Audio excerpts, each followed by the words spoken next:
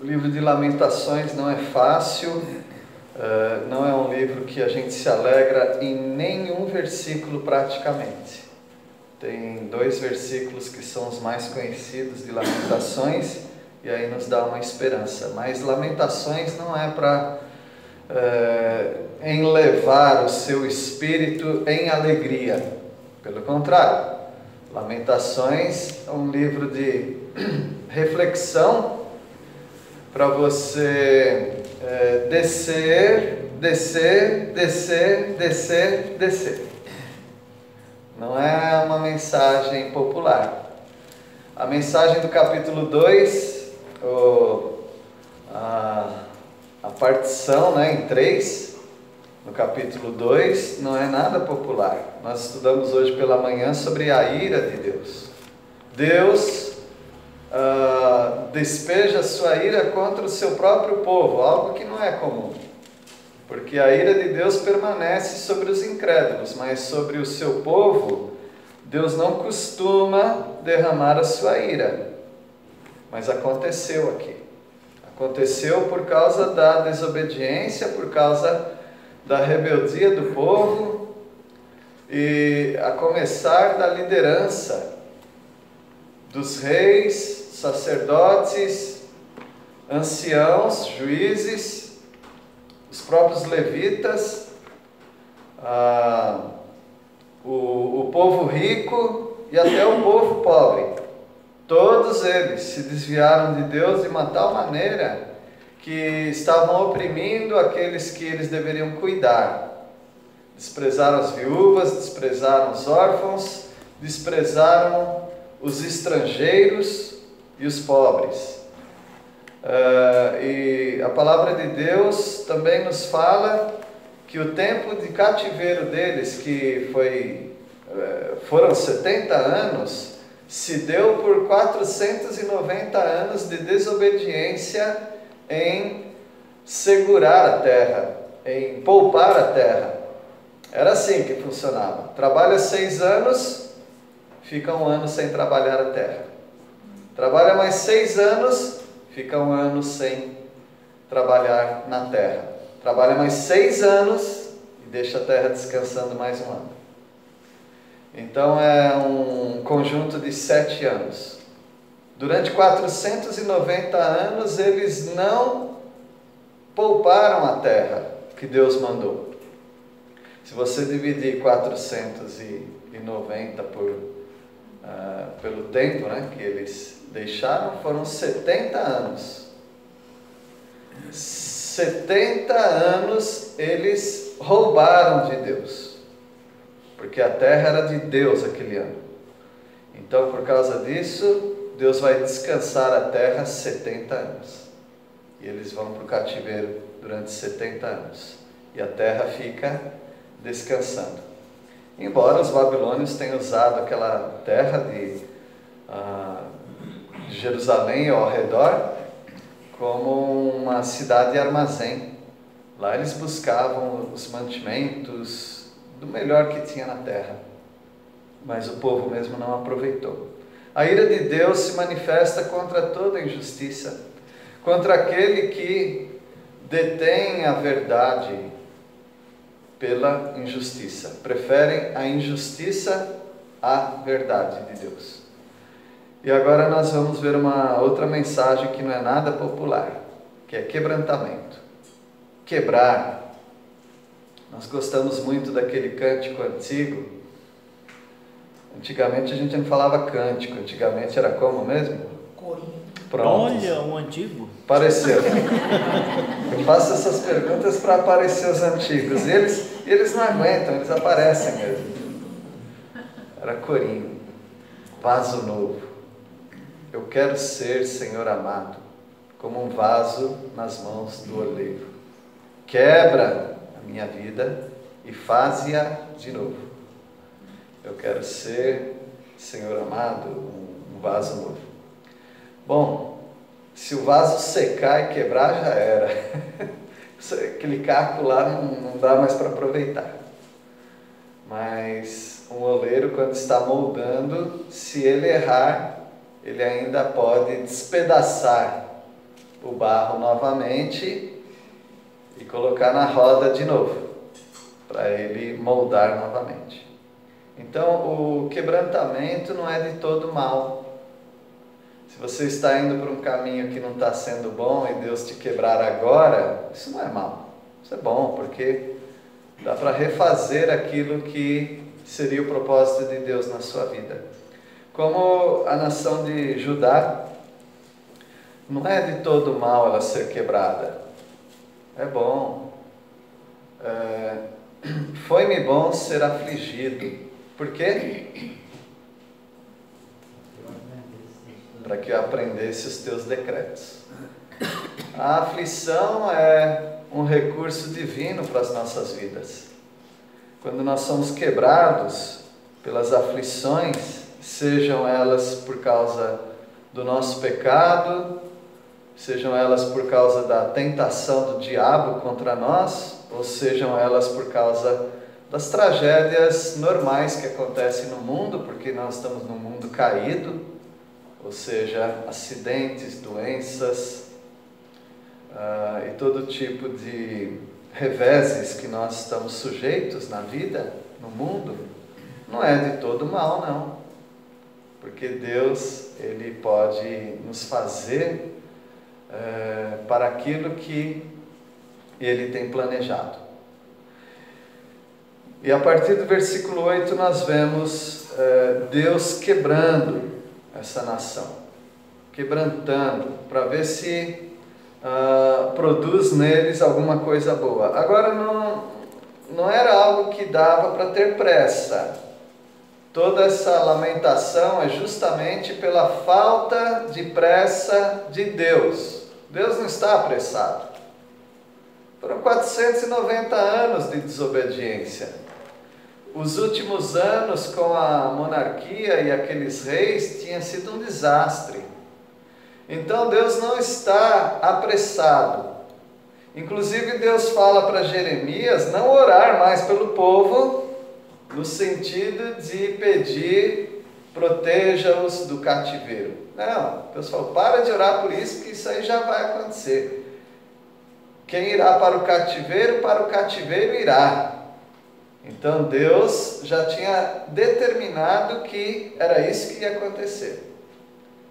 É como numa doença que às vezes nós temos, como a gente fala, ficar doente é rapidinho, mas a cura demora.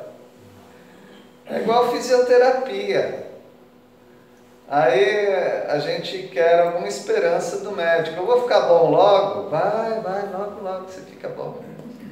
E vai lá, uma sessão de 10 terapias, fisioterapias, depois mais 10. Ainda não ficou, não, aguenta aí mais um pouquinho, mais 10. Isso cansa a gente de saber que para ficar doente foi muito rápido, mas a cura, a recuperação é muito demorada. Então, Deus não tem pressa não. Agora é o momento de o povo se quebrantar. E para isso acontecer, a primeira coisa é chorar. A primeira coisa é sentir que o pecado deles afetou diretamente o relacionamento deles com Deus, o relacionamento deles uns com os outros, o relacionamento deles com o templo e com a adoração e com as festas, e o relacionamento com a própria terra. Tudo foi abalado, afetado, e o quebrantamento vai fazer com que eles pensem. Então não tenham pressa, chorem.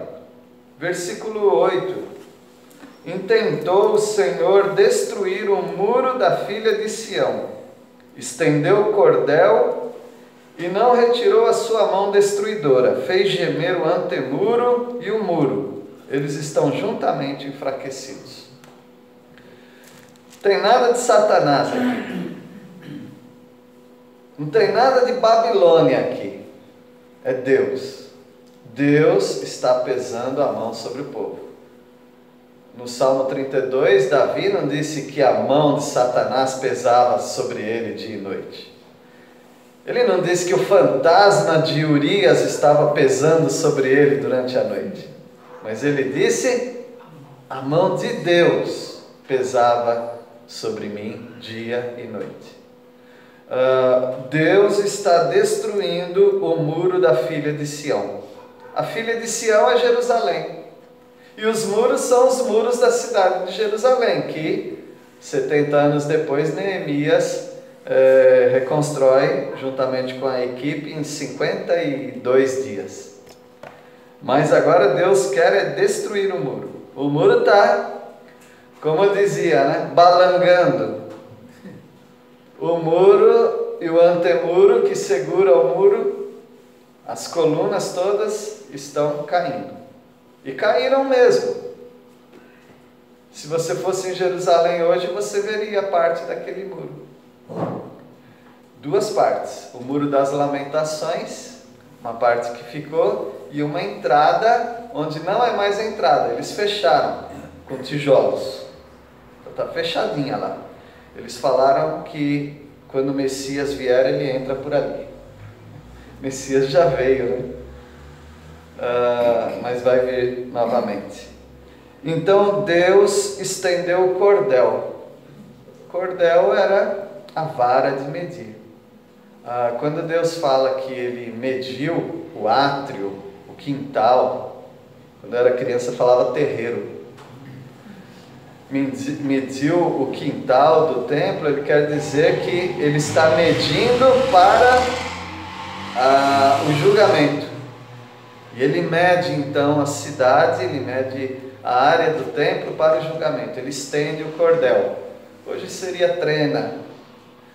Hoje tem até trena com infravermelho lá, eletrônica, né?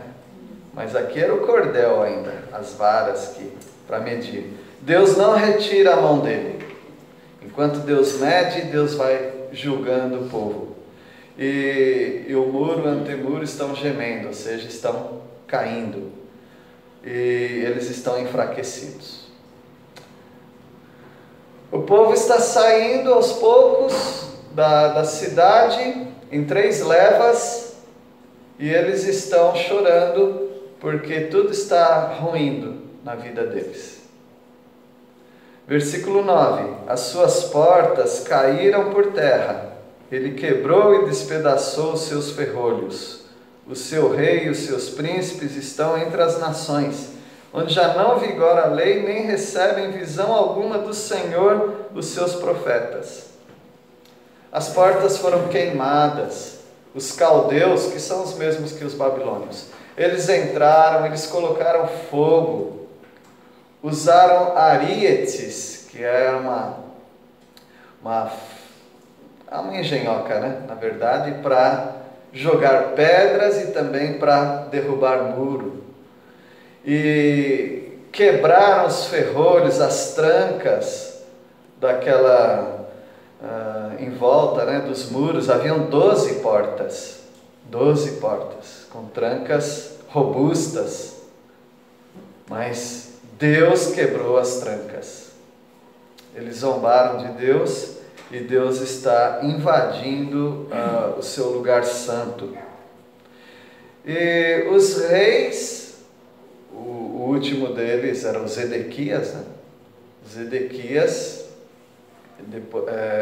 ele vai, tem os olhos furados, inclusive, e ele não está mais no meio do povo. Ele está entre as nações gentílicas, ou na Babilônia.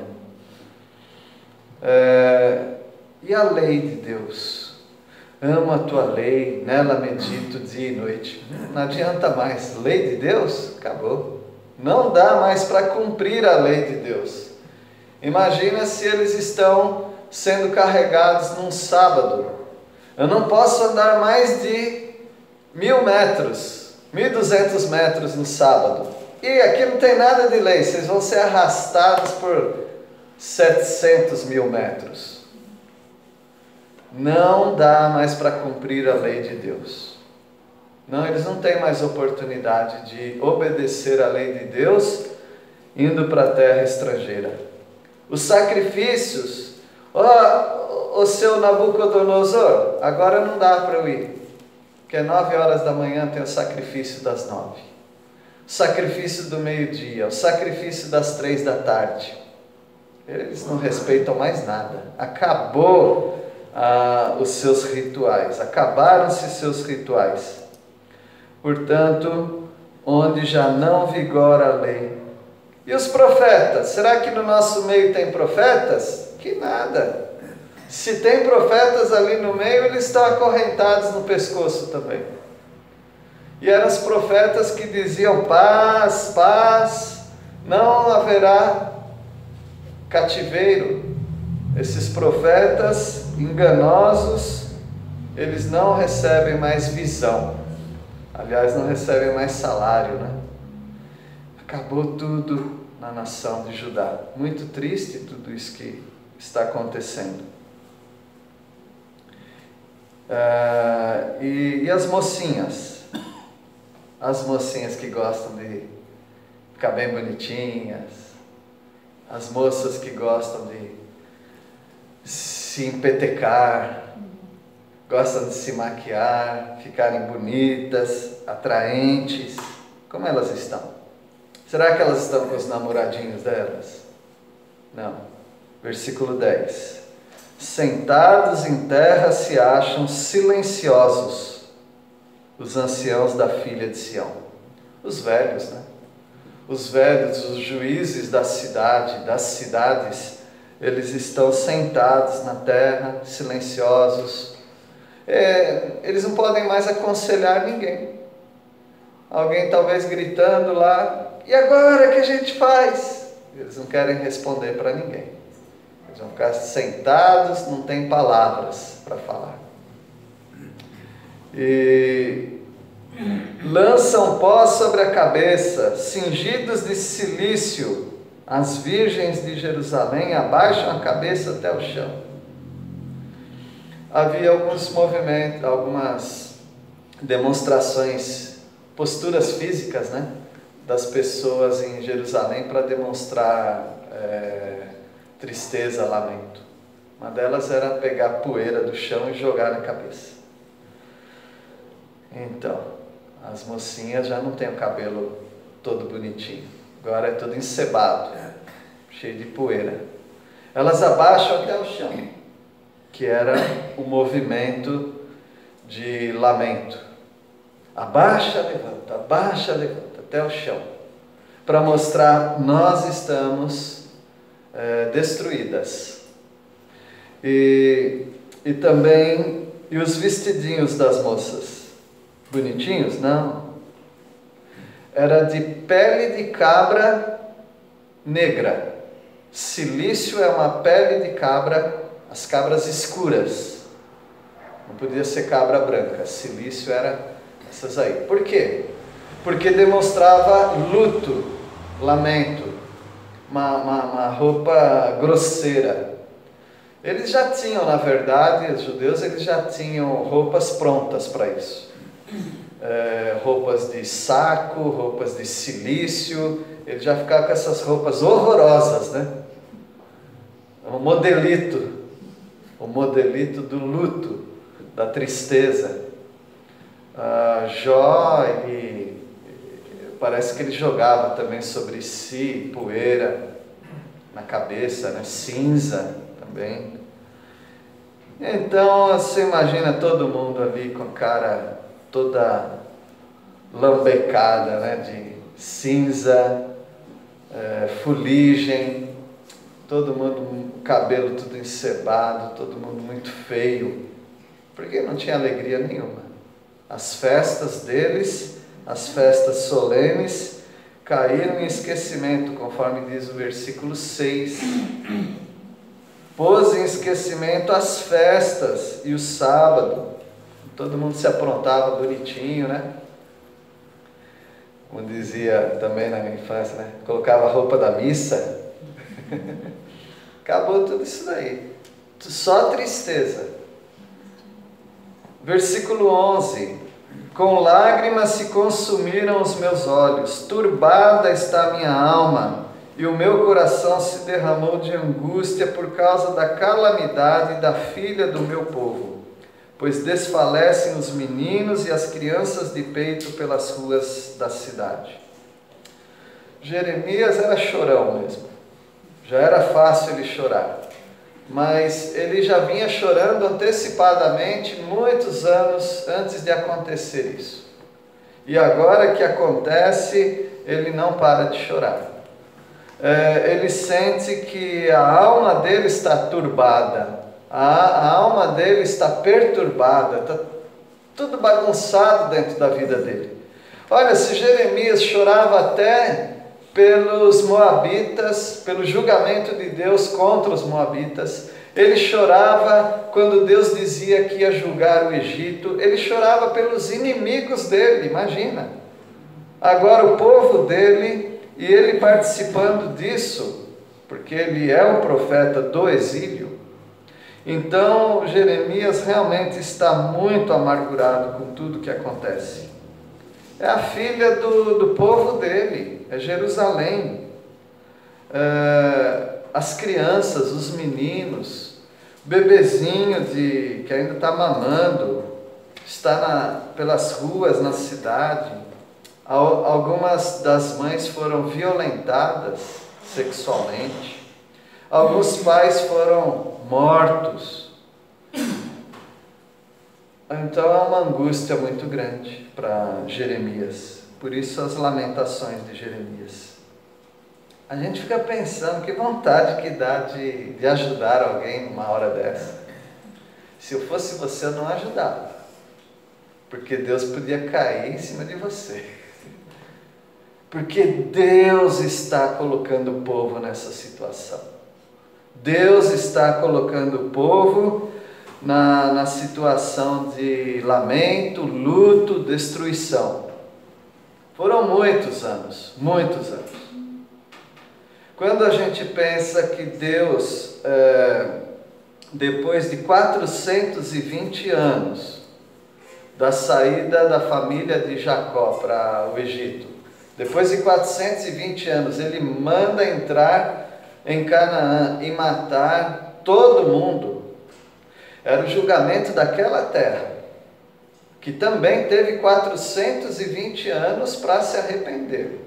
Mas as gerações aprenderam uma coisa: se afastar de Deus, não dar atenção ao povo de Deus e aquilo que Deus faz no meio do povo deles. Parece crueldade falar, mas foi para aquelas criancinhas, foi um golpe de misericórdia, a matança geral, principalmente as criancinhas que ainda não tinham a sua consciência de pecado, porque elas estão com o Senhor agora. Nós vamos encontrar muitos dos cananeus que foram mortos naquela época, quando bebezinho, quando criança. Eles foram salvos. Mas a geração que já entendia do pecado recebeu aquilo que todos nós merecíamos, a condenação eterna. E agora, esse povo, a semelhança do povo dos cananeus que tiveram, que teve 420 anos para se arrepender e não se arrependeram, o povo de Israel teve 490 anos para consertar os erros deles, eles não consertaram. E agora Deus vem com juízo também. Porque às vezes nós pensamos que o juízo vem só contra as pessoas muito más e que estão longe de Deus. Não, mas o juízo de Deus veio contra o seu próprio povo, que abandonou a lei do Senhor. Versículo 12. Dizem as mães, ou para as mães, onde há pão e vinho, quando desfalecem como ferido pelas ruas da cidade, ou quando exalam a alma nos braços de sua mãe. São as criancinhas.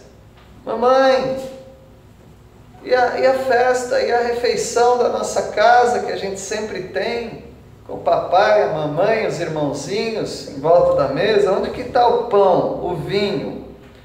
E a mãe não tem o que falar, só pega a criança no colo e a criança exala o último fôlego de vida e morre nos braços da mãe. Isso é para ficar doido, né? A coisa só piora porque algumas mães, elas perderam o afeto natural da sua maternidade quando elas estavam com fome e comeram dos seus próprios filhos. Algumas das mães, inclusive, faziam um trato de uma troca. A gente come o seu filho, depois a gente come o meu, depois uma não assumia o compromisso e aí saía aquela confusão entre elas. O povo de Israel jamais pensaria que um dia ia comer da sua própria prole para não morrer. Talvez algumas fizeram como Agar fez, né? A Agar pega o seu filho Ismael, coloca lá na beira da árvore, ao pé da árvore, e vai embora para ele morrer. Não aconteceu porque Deus, o El Roi, é o Deus que vê, cuidou dela, né? Mas talvez muitas deixaram seus filhos para morrer mesmo. Eu não quero comer meu filho, não quero ver meu filho morrendo no meu braço, então é melhor ficar longe e eu não ver isso acontecendo. Então, uma grande tristeza que está assolando toda a nação de Judá. Versículo 13. Bom, a mensagem hoje não é alegre, vocês já perceberam, né? 13. Que poderei dizer-te, a quem te compararei, ó filha de Jerusalém? A quem te assemelharei para te consolar a ti, ó Virgem de Sião? Porque grande como o mar é a tua calamidade, quem te acudirá? O Jeremias não tem mais lágrimas, ele só chora e ele fala: Jerusalém, né, filha de Jerusalém, eu vou comparar você ao quê? Eu vou comparar você ao mar. Quem já viu o mar sabe que a gente perde, né, a visão vendo o horizonte do mar. Então você é como um mar de calamidade. Há muita calamidade que eu estou vendo. A palavra de Deus diz em Abacuque que a glória do Senhor, o conhecimento do Senhor um dia vai estar na terra como as águas cobrem todo o mar. Um dia haverá nesse mundo conhecimento da glória de Deus, a perder de vista. Mas Jerusalém agora, a única coisa que perde de vista é a calamidade. Eles só veem calamidade. Por onde eles olham tem calamidade. E quem te acudirá? Quem vai te ajudar? Vamos clamar a Deus. Deus é que está nos colocando nessa situação. Então o nosso último refúgio seriam os profetas. Bom, se os profetas são o último recurso, vamos ver se eles podem ajudar. Versículo 14. Os teus profetas te anunciaram o quê? Visões falsas e absurdas, e não manifestaram a tua maldade para restaurarem a tua sorte, mas te anunciaram visões de sentenças falsas que te levaram para o cativeiro. Olha o perigo, meus irmãos, de ouvir charlatões. Eles podem te levar para o cativeiro. O problema de pagar alguém para falar o que você gosta é que depois ele não devolve seu dinheiro. E é com você mesmo. Mas eles contrataram profetas falsos. Entre Jeremias e os outros profetas, qual foi a decisão deles? Jogar Jeremias dentro do fosso. Eles jogaram Jeremias no fosso, e pode-se dizer que foi a fossa do palácio. E lá ele ficou. Alguns colocavam lá pão para ele não morrer. E eles estavam ouvindo os profetas. Mas esses profetas, eles anunciaram visões falsas. Eles diziam que Deus estava falando com eles, mas era absurdo o que eles estavam falando. Porque não é possível que os líderes da nação estavam cometendo tamanha injustiça e eles falando, Deus está nos abençoando. Seria mais ou menos como uma pessoa que está fazendo coisas erradas, negócios escusos, desonestos, e falando que Deus está abençoando minha empresa. Ou como aquela pessoa com o documento do carro todo desregularizado e pedindo oração para que nenhum policial pare na estrada. Ou então como uma mãe pediu, uma avó pediu para eu orar pela filha que estava nos Estados Unidos de modo clandestino, para que a imigração não a pegar. Como é que eu vou orar por essas coisas? Você tem que fazer as coisas certas, né?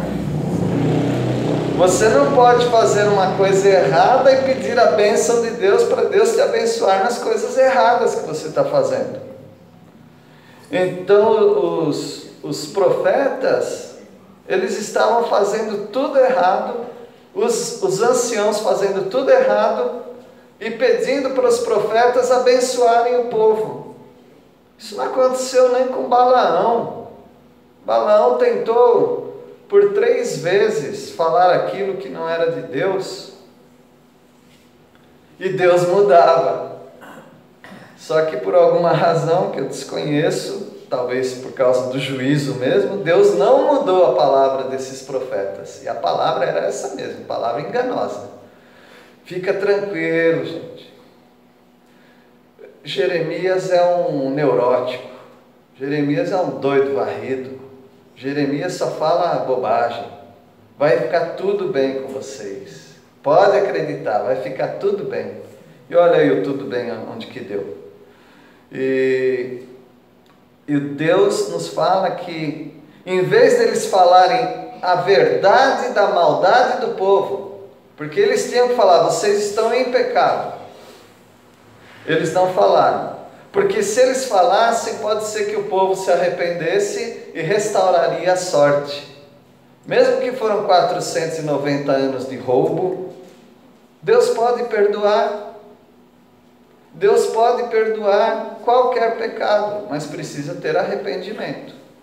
E como eles não restauraram a sorte do povo através de uma pregação não popular, porque é isso que nós estamos estudando, pregação não popular, eles falaram coisas boas. E o que aconteceu com a mensagem deles? A mensagem deles teve um resultado. Qual foi? Te levaram para o cativeiro. O que está levando muita gente para o inferno hoje é pastor. As pessoas já estão indo para o inferno, mas tem pastores que estão apressando a ida das pessoas para o inferno. Por quê? Eles não estão pregando contra o pecado. Eles não estão pregando sobre transformação de vida. Aceitar a Jesus como Salvador, senão vai para o inferno. Mas eles estão pregando, não, fica tranquilo, Deus ama a todos e Deus vai salvar a todos. E as pessoas estão tranquilas, porque elas confiam nos pastores. E eles estão levando as pessoas para o inferno. O Senhor Jesus falou dos pregadores chamados fariseus, né? Os fariseus e os escribas. Eles estavam fazendo os perdidos 2 vezes filhos do inferno. 2 vezes. Uma vez já é infernal. Mas por que isso? Porque filhos do inferno, eles já eram. Mas quando eles ouviam os fariseus, aí eles ficavam fechados numa redoma e aí eles não conseguiam mais sair. E é o que tem acontecido. Se uma pessoa tiver a infelicidade de cair em alguns grupos religiosos, se não for a misericórdia de Deus, é um tratamento drástico para essa pessoa sair dessa seita, dessa religião maldita, essas pessoas vão ficar presas até o inferno. E elas vão ser religiosamente levadas para o inferno. Isso aflige muito o nosso coração, não aflige?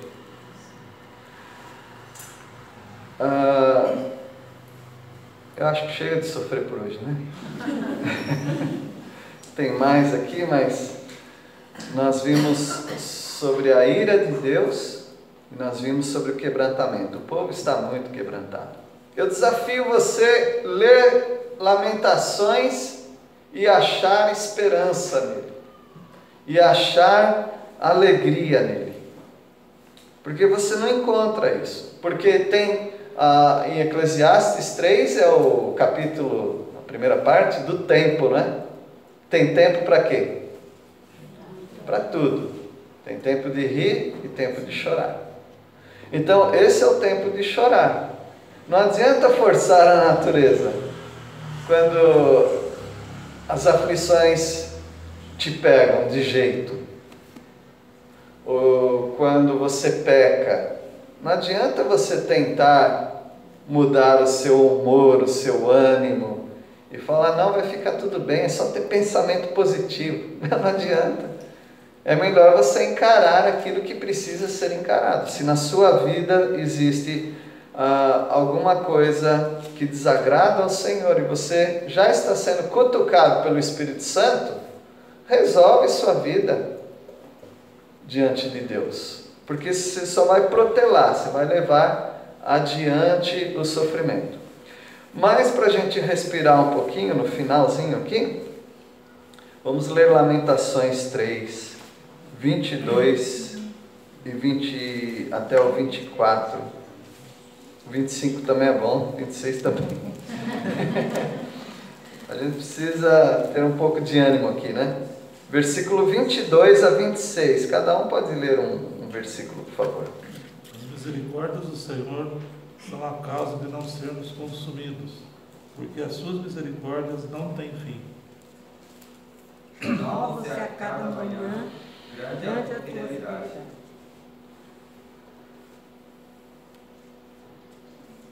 A minha porção é o Senhor, diz a minha alma, portanto esperarei nele. Bom é o Senhor para o que espera por ele, para a alma que o busca. Bom é aguardar a salvação do Senhor, e isso em silêncio. 27 também.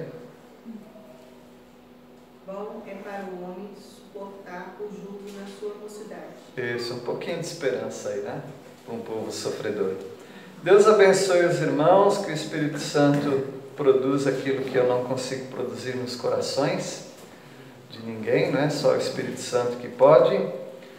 E algumas pessoas na Bíblia que foram quebrantadas, elas tiveram um bom resultado. Então todas as pessoas quebrantadas que confiam no Senhor, elas conseguem ter esperança. Nós tivemos a mulher adúltera. A mulher foi muito envergonhada, injustiçada inclusive, porque ela não adulterou sozinha, né? Cadê o adúltero? A lei de Moisés diz que tem que chamar o adúltero também, não só a adúltera. Mas ela foi humilhada diante de todos, foi quebrantada, mas saiu dali com muita esperança, não foi? O publicano orando, o fariseu estava lá se sentindo melhor do que ele, né? Eu jejuo 3 vezes por semana, eu faço isso, faço aquilo e de quebra não sou igual a esse aqui. Muita humilhação, né? Mas ele nem conseguia olhar para o templo, mas ele disse, ser propício a mim, pecador. E ele saiu dali, a palavra de Deus diz, justificado. Um homem quebrantado. E o filho pródigo também, né? Ele não passou por injustiça, ele praticou a injustiça. E ele foi quebrantado. E ele lembrou-se que na casa do pai dele ele poderia talvez ser um funcionário, estar melhor do que ele estava ali naquele momento.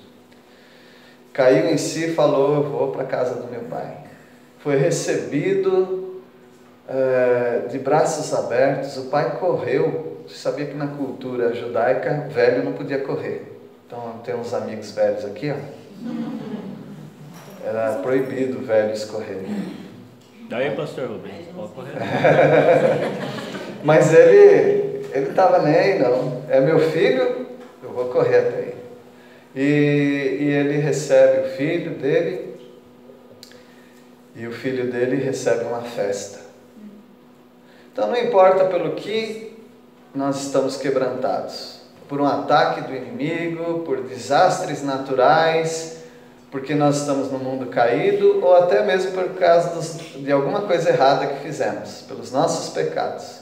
Se nós estivermos quebrantados, o Senhor vai nos ouvir. Deus abençoe. Vamos orar. Deus, obrigado porque, embora seja um livro difícil, um livro tão triste de ler, mas ele nos faz pensar em nós mesmos, no nosso relacionamento para com o Senhor. Enquanto as coisas não estão tão ruins, nós agradecemos porque podemos lembrar da Tua Palavra e não nos desviarmos dela para que as coisas não piorem em algumas situações. Pedimos ao Pai que o Senhor nos abençoe. Se tivermos que sofrer, que não soframos como malfeitores, pecadores, mas por causa do amor que temos por Jesus Cristo. Nós agradecemos pela Tua Palavra, pelo Teu povo aqui reunido. Abençoe cada um nessa semana, no seu trabalho e atividades. Oramos em nome de Jesus. Amém.